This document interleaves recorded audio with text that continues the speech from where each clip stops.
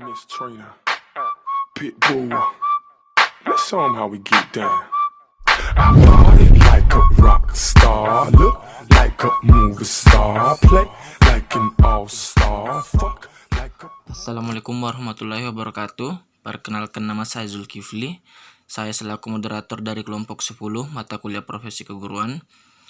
Perkenalkan kami untuk memaparkan materi secara langsung dan perkenalkan kami untuk memaparkan materi tentang pendekatan dan metode pembelajaran yang digunakan. Untuk mengefisienkan waktu, perkenankan kami memaparkan materinya secara langsung. Saya persilahkan kepada pemateri pertama. Pertama yaitu mengembangkan pendekatan pembelajaran. Istilah pendekatan berasal dari bahasa Inggris yaitu approach, yang salah satu artinya adalah pendekatan. Karena itu, pengertian pendekatan dapat diartikan cara memulai pembelajaran. Dan lebih luas lagi, pendekatan berarti seperangkat asumsi mengenai cara belajar mengajar.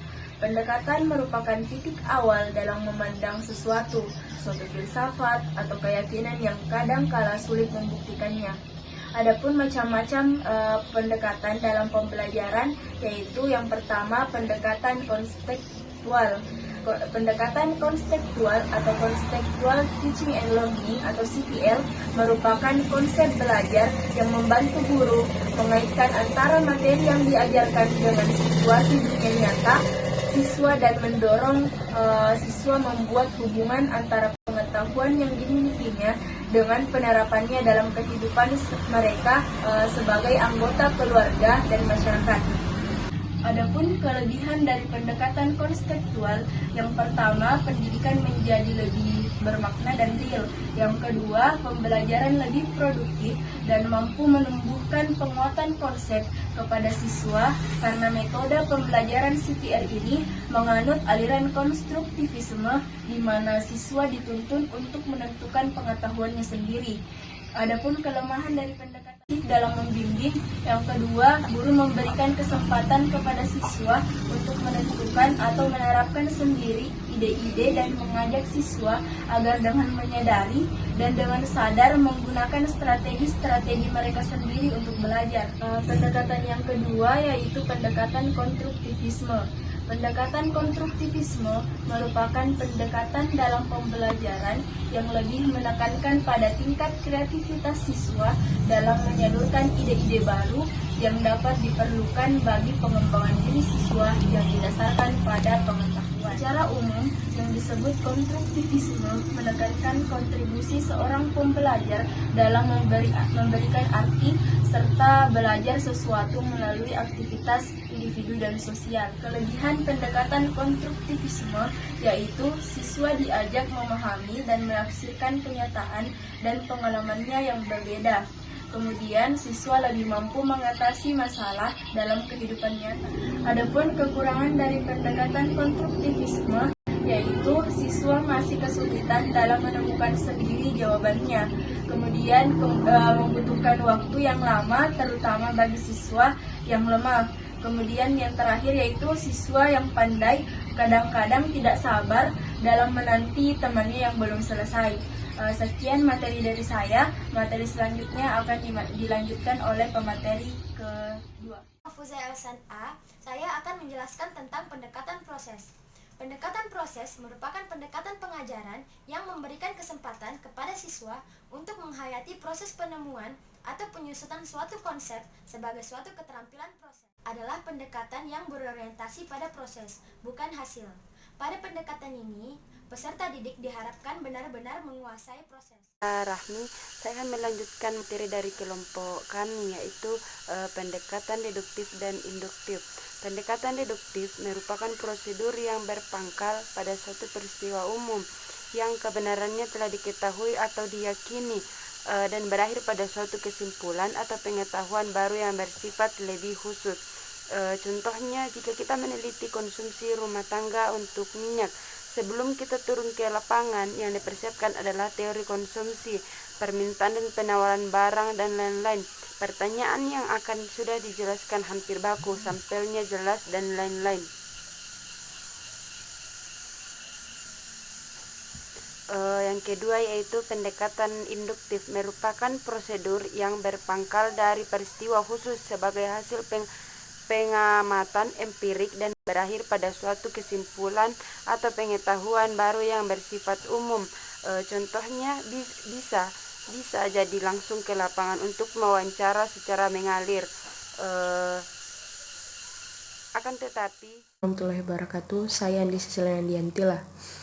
Open-ended, menurut Suherman DKK tahun 2003, problem yang diformulasikan memiliki multi jawaban yang benar disebut problem tak lengkap, atau disebut juga open-ended problem atau soal terbuka. Siswa yang dihadapkan dengan open-ended problem, tujuan utamanya bukan untuk mendapatkan jawaban, tetapi lebih menekankan untuk sampai pada suatu jawaban. Dengan demikian, bukanlah hanya satu pendekatan atau metode dalam mendapatkan jawaban, namun beberapa atau banyak. Selanjutnya, pendekatan saintifik.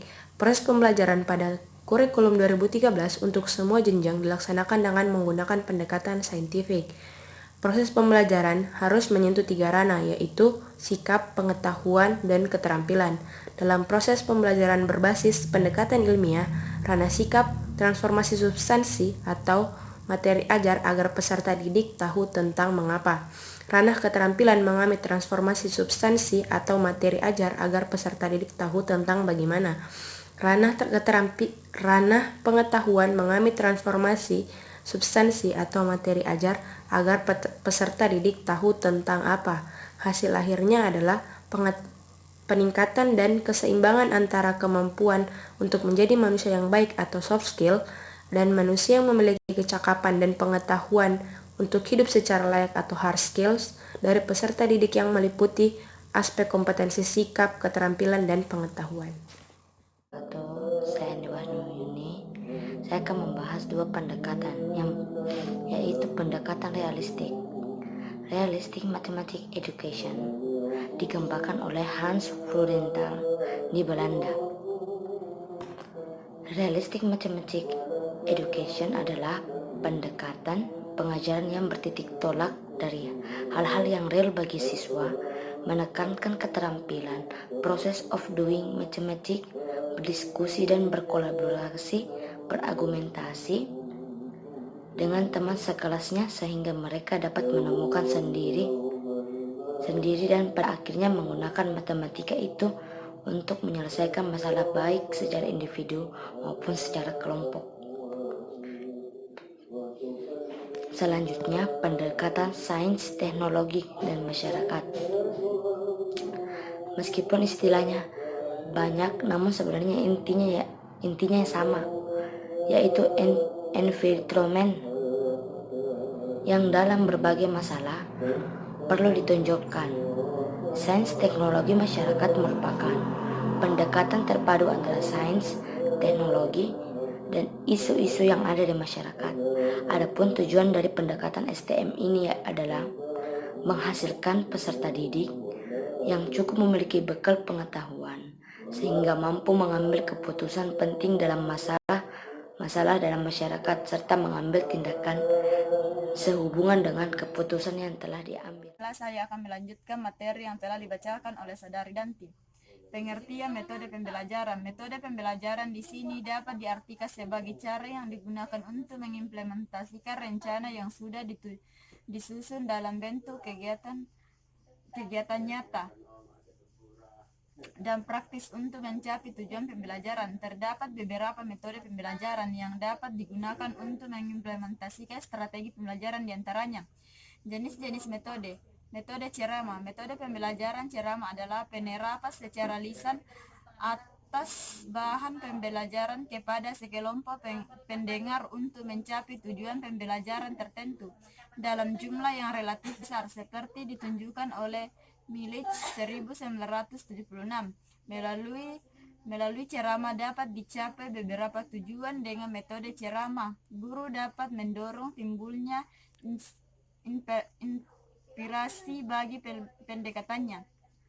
Metode diskusi. Metode pembelajaran diskusi adalah proses pelibatan 2 orang peserta atau lebih untuk berinteraksi, saling bertukar pendapat atau saling mempertahankan pendapat dalam